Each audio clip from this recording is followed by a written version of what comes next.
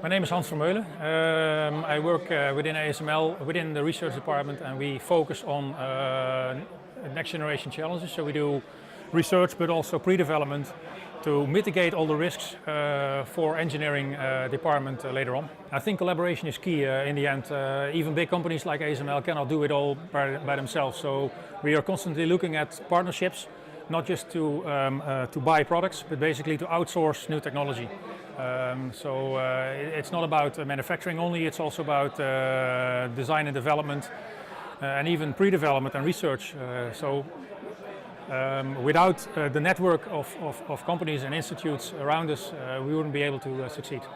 It's a great community. It's a community which has a long history. There's a lot of known faces you meet over here, but also there's a lot of new faces. So I think the combination is very good. So if you look at precision engineering in the Netherlands versus the rest of the world, you see interesting differences. So precision engineering in the Netherlands focuses a lot on high-tech equipment with mechatronics content. And if you look at how precision engineering, at least modern precision engineering as it started in the mid-50s last century, there's a lot of focus there on manufacturing processes like grinding, lapping, cutting, etc., including the metrology to assure the quality in the end. I think we should not try to duplicate that. That's not our strength. Our strength is more in high-tech equipment, product development, but there is an interesting link to manufacturing these days. So I think what is missing moving forward is more the advanced manufacturing and material science. If you look at, for instance, I can mention a few examples, thin film processing, tribology to really understand friction, wear, microslip, and those kind of things.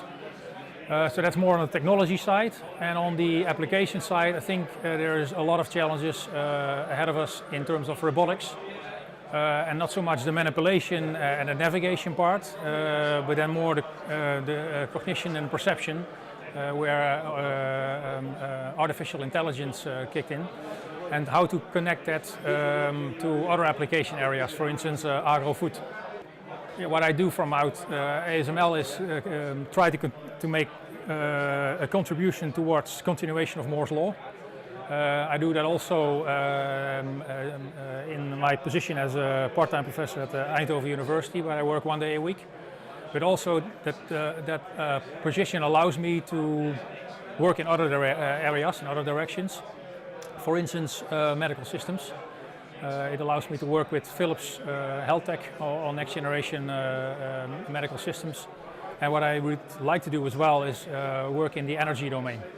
I think what is more and more important is the system thinking. So if you look at how mechatronics started, it was basically precision mechanics and automated control which were merged, electrifying mechanics you can say.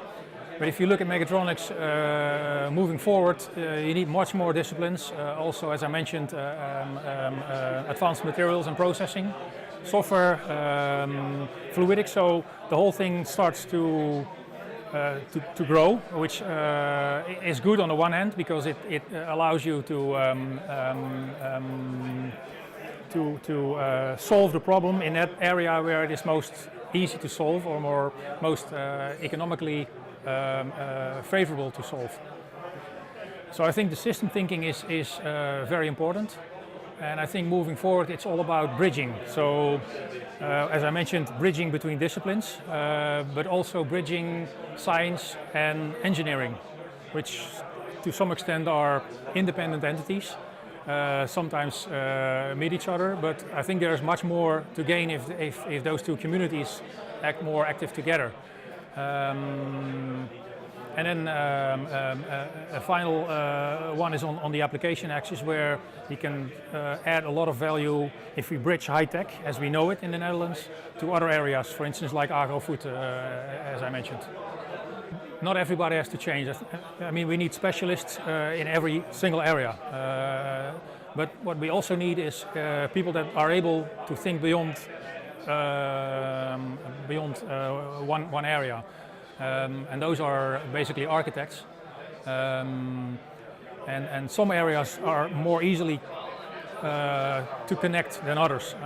I think the most difficult one is the connection between hardware and software. There's only a few people that really can bridge that gap easily.